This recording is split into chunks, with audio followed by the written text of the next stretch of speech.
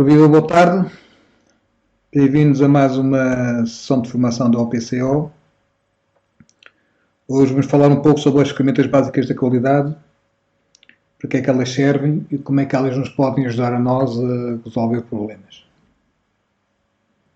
Em primeiro lugar, vamos só enumerá-las.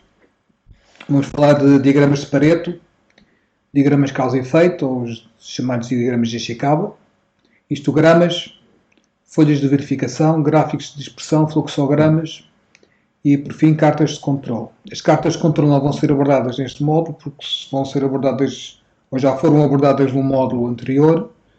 Vamos sim, ainda esta semana, abordar mais um módulo sobre um caso prático de implementações dessas cartas de controle. Portanto, este aspecto fica para uma próxima oportunidade nesta semana. Gráficos de Pareto, então. O Sr. Vilfredo Pareto, um economista italiano, ao analisar a distribuição da renda entre os cidadãos, portanto estamos a falar do século XIX, concluiu que a maior parte da riqueza pertence a poucas pessoas.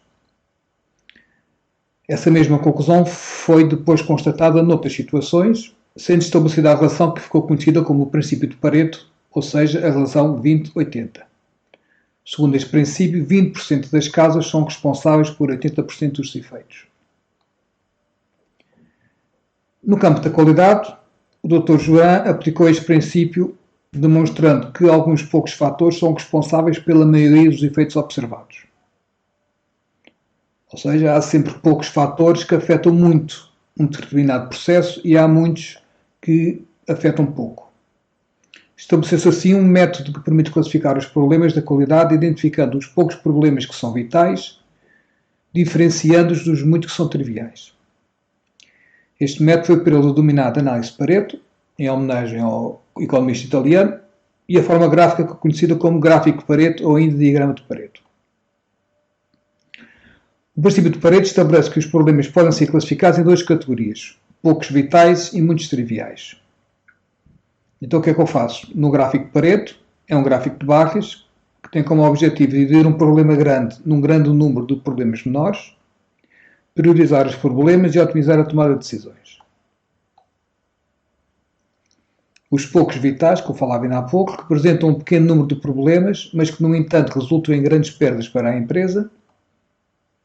Os muitos triviais são um grande número de problemas que resultam em perdas pouco significativas para a empresa ou a organização. Logo, se eu identificar as poucas causas vitais e os poucos problemas vitais de uma empresa, é possível focar na solução dessas causas e eliminar quase todas as perdas com um pequeno número de ações. No fundo, trata-se aqui de priorizar as minhas ações para conseguir uma melhor eficiência dos meus recursos. Um gráfico simples de Pareto, eu elaboro uma folha de dados, listo as categorias em ordem decrescente, de quantidade e calculo os totais acumulados. As percentagens do total geral e as percentagens acumuladas. Portanto, tenho ali do meu lado direito, tenho aqui os meus problemas, fissuras, furos, rebarbas, desgaste e altura das peças, ou de uma determinada peça. Tenho aqui o número de defeitos encontrados no turno 1, que me dá origem a uma percentagem de defeitos e uma percentagem de defeitos acumulados. No fundo, é este valor que está aqui há de ser a soma destes dois.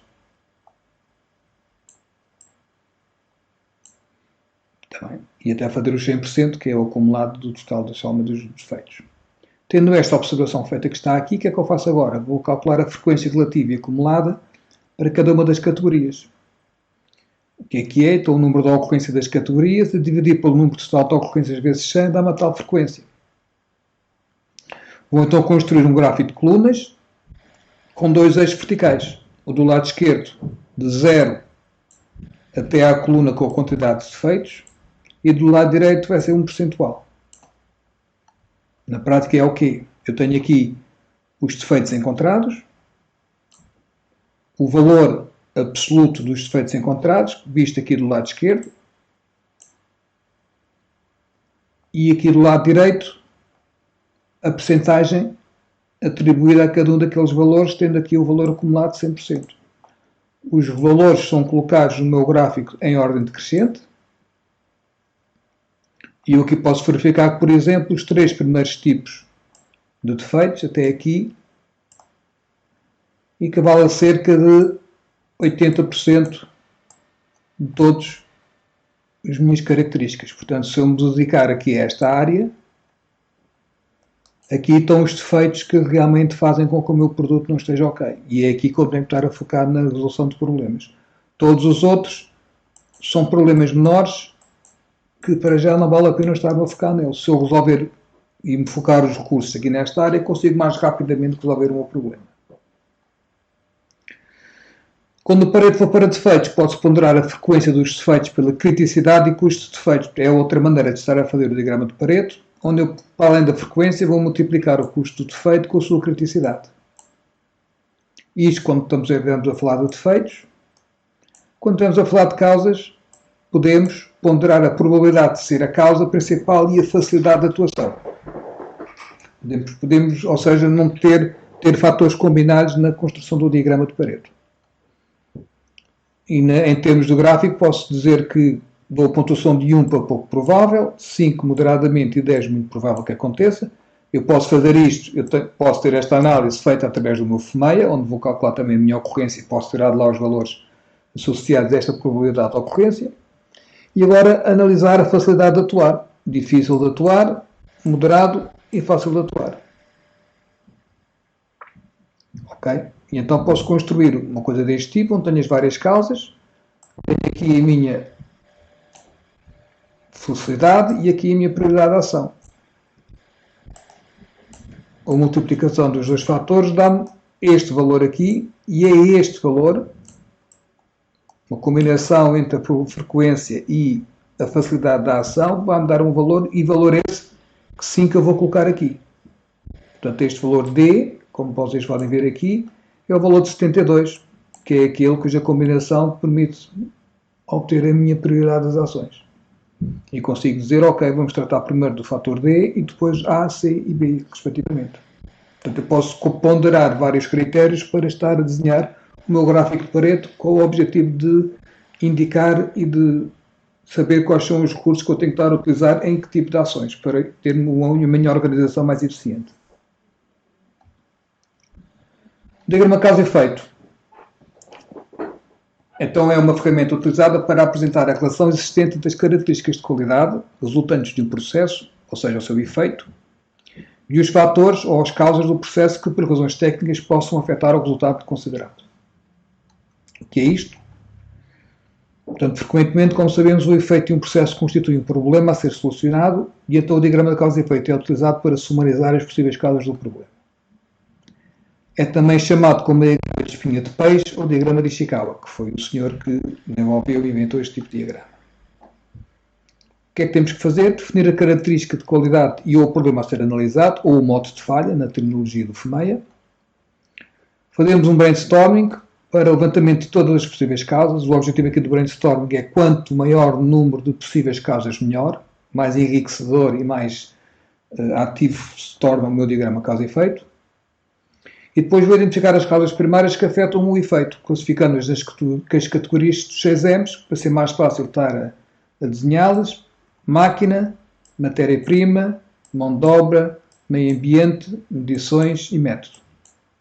Portanto, vou categorizar cada um destes tipos de causas em cada uma destas causas principais. E aí depois eu vou identificar as causas secundárias que afetam as primárias. Faço as várias ramificações em relação ao meu campo principal. Tenho então aqui a minha família de causas. Aqui são os vários M's que eu estou a desenhar, não é? E agora aqui eu vou pôr as causas secundárias que poderão dar origem às causas principais. Se o meu problema for peça com o diâmetro não ok, eu vou dizer ok, devido à máquina pode ser, eu vou pôr aqui, se isto for máquina, posso pôr aqui desgaste do punção.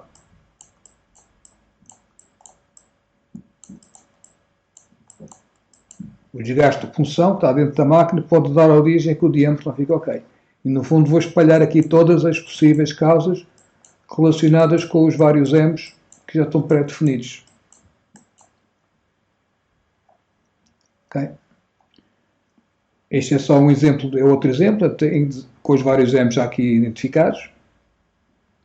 Okay? Onde tenho depois as várias, isto vem na forma de peixe, não é? Com as várias possíveis causas que eu posso colocar aqui para tentar identificar quais são as soluções ou quais são as possíveis causas que vão determinar o meu efeito. Temos aqui mais um, mais avançado, mais completo, onde eu tenho aqui o consumo de combustível elevado, problema. E pode ser a ver com o método, que é o comportamento da condução, com a máquina, que é o próprio carro, com o meio ambiente, com o condutor, que é a mão de obra, ou com o material. E aqui vou metendo cada uma das condições necessárias a esta, de identificar quais são as possíveis causas. Eu posso pôr aqui no comportamento, ponho aqui conduzir com uma velocidade elevada, impaciência. Portanto, devido a estar impaciente, vai conduzir com uma velocidade elevada, é um método de condução que vai dar origem a um consumo muito elevado. Estar constantemente atrasado também é outra subcausa de conduzir com uma velocidade elevada, dando origem, por sua vez. Ok? Portanto, esta metodologia serve para quê? Serve para eu colocar em várias gavetas, nestas tais 5 ou 6 gavetas dos M's, todas as possíveis subcausas para depois ir verificar se realmente é a causa raiz do problema. Ok? O histograma é um gráfico de barras no qual o eixo horizontal é subdividido em vários pequenos intervalos e apresenta os valores assumidos por uma variável de interesse. Para cada um destes intervalos é construída uma barra vertical cuja área deve ser proporcional ao número de observações na amostra, cujos valores pertencem ao intervalo correspondente. Dispõe informação de modo que seja possível a visualização da forma de distribuição de um conjunto de dados e também a percepção da localização do valor central e da dispersão dos dados em torno deste valor central. Então, resumindo isto, como é que nós construímos um histograma? Temos que escolher N dados. Normalmente este N deverá ser superior a 50. É o que temos aqui. Neste caso temos 1, 2, 3, 4, 5, 6, 7, 8, 9, 10, 11, 12. 12 vezes 5 dá 60 dados que temos aqui. Ok? Portanto, recolhemos 60 dados do que quer que seja, de uma peça, de uma amostra, de uma quantidade de situações. Temos dados para verificar o que é que está a acontecer. Está bem? Tiramos uma amostra de 60 peças. Depois dessa amostra, verificamos qual é que é o valor maior e o valor menor desse conjunto de peças. Sabemos que é aqui 20,2, isto é o valor menor, e o valor maior é 50.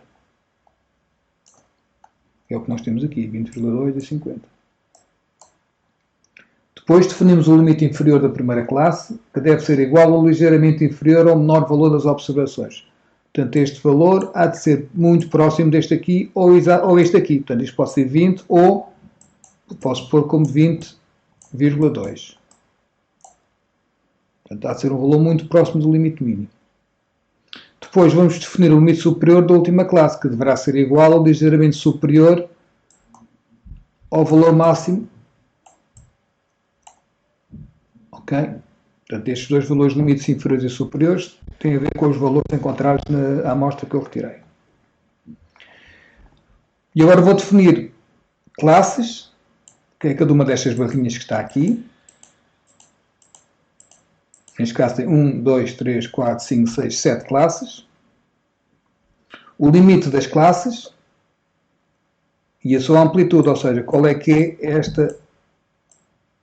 Todas estas barrinhas têm exatamente a mesma largura. Portanto, eu vou definir a largura e que valor é este do início e fim de cada uma das classes.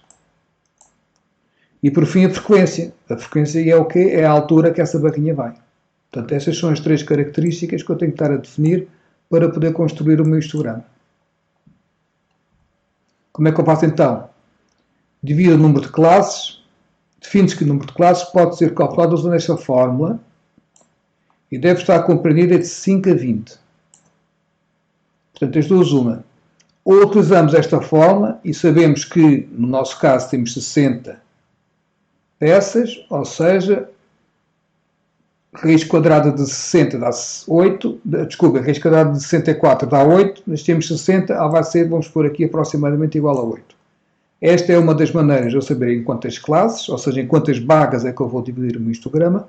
A outra maneira é esta tabela que temos aqui, onde nós sabemos, consoante o número de dados que eu tenho, neste caso tenho 60, está aqui entre 50 e 100, eu vou escolher entre 6 a 10 classes. Portanto, aqui também está 8, como podem ver, as duas informações batem certo com o mesmo número. Portanto, vamos ter um histograma com 8 barrinhas. E agora vou definir a amplitude. Como é que é definir a amplitude? Primeiro vou calcular o meu R, que é o range, que é a amplitude, que é a diferença entre o valor máximo e o valor mínimo dos valores observados. Portanto, é aquele tal 50 menos 20,2.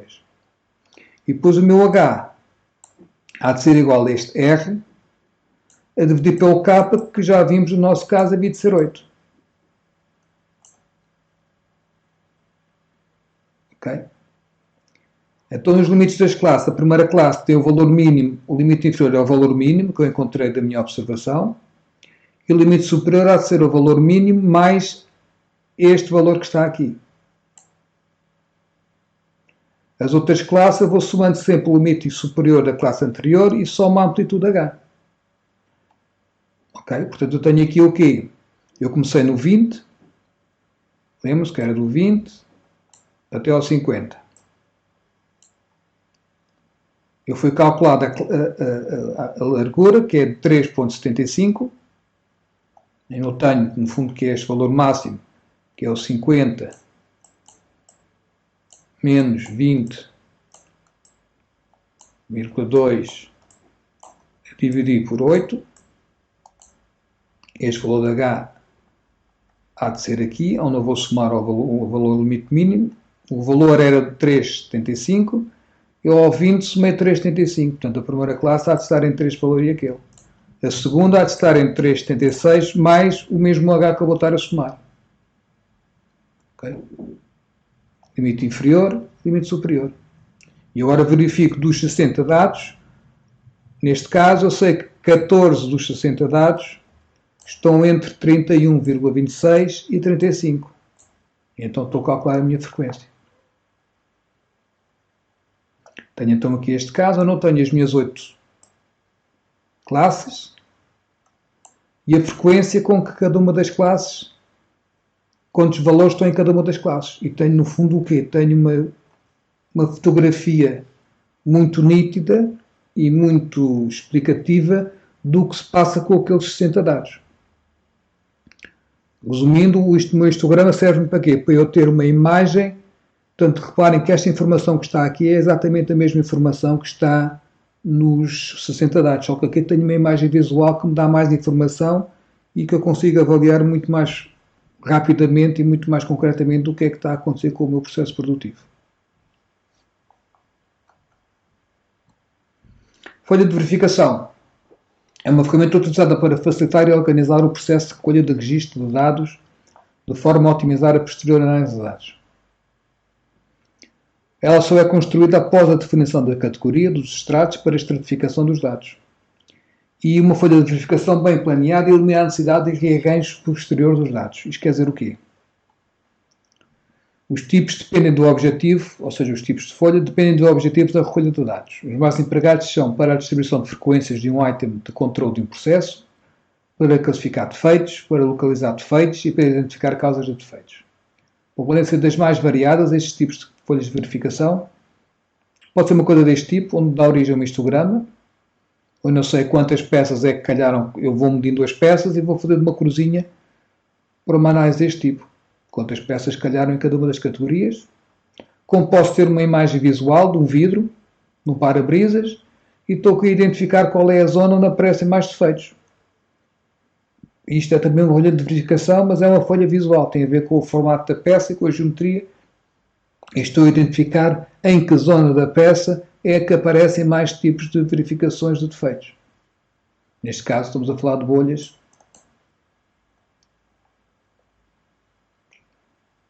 Posso ter aqui também, pelos vários dias da semana, quantas marcas é que foram identificadas.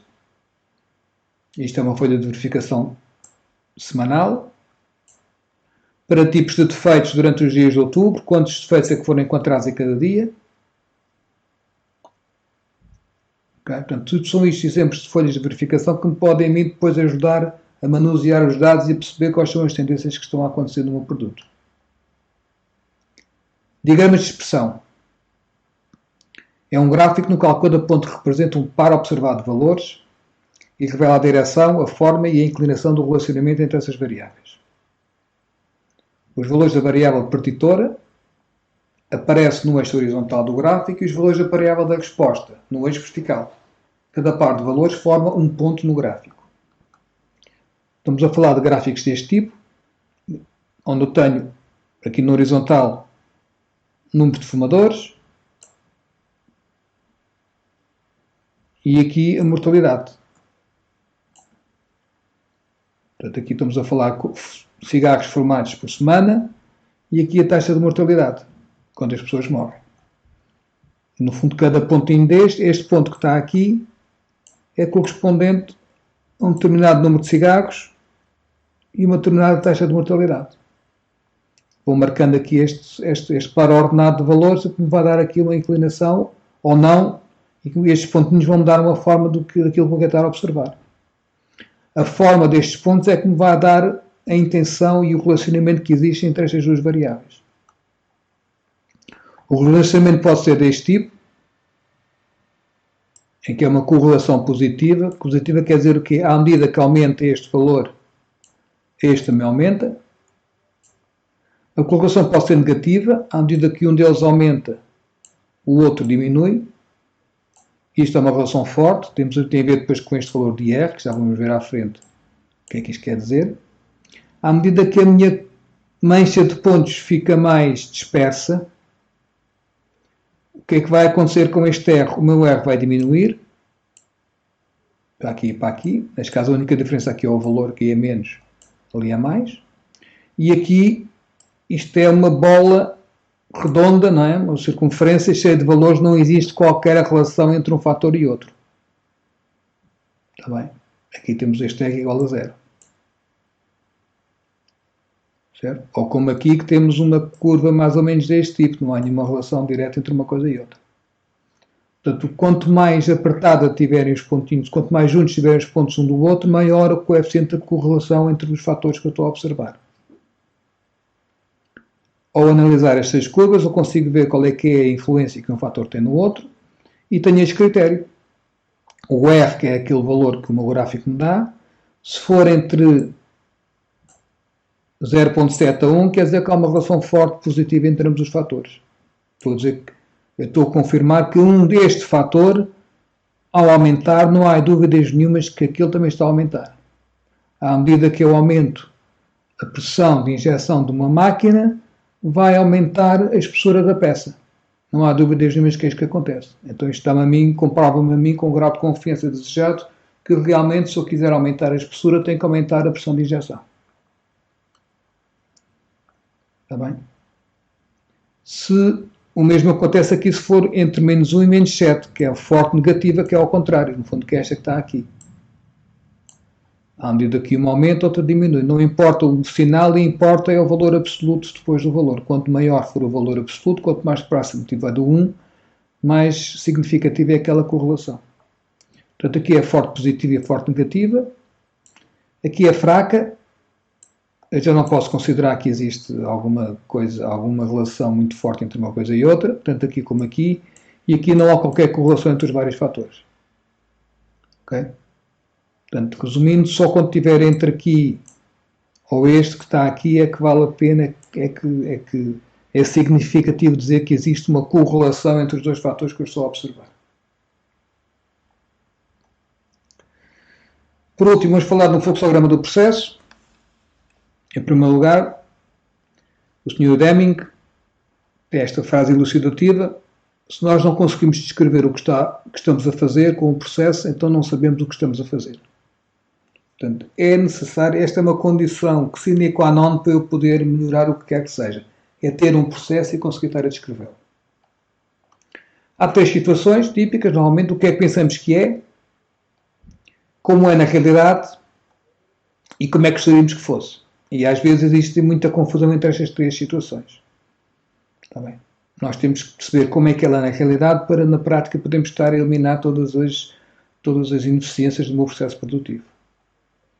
O objetivo, então, é padronizar a representação dos processos, permitir uma maior rapidez da descrição dos processos, facilitar a leitura e entendimento, melhorar a análise, facilitar a localização e identificação dos pontos mais importantes e tem como vantagens o levantamento das análises de qualquer processo, a apresentação real do funcionamento, visualização integrada de um processo, saber quais são as repercussões do não cumprimento de uma determinada etapa do processo e o uso de convenções e símbolos facilita a leitura e o entendimento do próprio fluxograma. Em regra geral, eles são elaborados de cima para baixo. Está bem? Este é o tipo de nomenclatura que nós pomos no cruzamento quando há cruzamento de linhas. Se vai aqui uma linha a passar e lá tem que fazer assim para passar por cima dela, não é? As operações podem ser numeradas de forma sequencial para permitir referências ou comentários. Tem aqui 1, 2, 3, temos aqui uma ao lado 1 e temos a descrição do que é 1, 2, por aí fora. E temos vários tipos de fluxogramas verticais, sintéticos, blocos, de esqueleto, procedimentos, existem várias modalidades, mas o processo e a nomenclatura é quase sempre a mesma. Pode também ser chamado de folha de análise, folha de simplificação de trabalho ou diagrama de processo. É padronizado, pode ser usado no formulário para impresso da ASME, ou então um procedimento simplificado que facilita o entendimento de todas as entidades envolvidas e todas as pessoas que vão estar a trabalhar com ele. Se houver fluxos alternativos, podemos identificar com outra cor. Eu posso aqui estar a dizer que este é o fluxo da matéria-prima e pode haver aqui ao lado o fluxo da informação. Como é que a informação está a ser gerida, como é que ela vai de um lado para o outro. Como posso também ter aqui ao lado o fluxo da mão de obra das pessoas. Portanto, no mesmo fluxograma posso identificar a matéria-prima, como é que a informação passa pelos vários setores e como é que as pessoas se deslocam entre os vários vetores. Posso ter isto tudo dentro do mesmo fluxograma. Ok? Portanto, quando isso acontece, utilizo outra cor. Eu tenho aqui então esta nomenclatura com os vários formatos, que é dizer cada uma das coisas, operações, transporte, controle, tempos de espera, arquivo provisório e arquivo definitivo. Temos aqui uma identificação de quantos é que aparecem de cada uma daquele tipo de situações. E tenho aqui estes símbolos já demarcados na folha, onde vou estar a colocar uma sombra e uma linha para perceber como é que vão cada um deles vai ser seguidas. E aqui ponho um determinado procedimento, ou uma tarefa, ou uma instrução que eu tenho relacionado com esta atividade que eu estou aqui a fazer.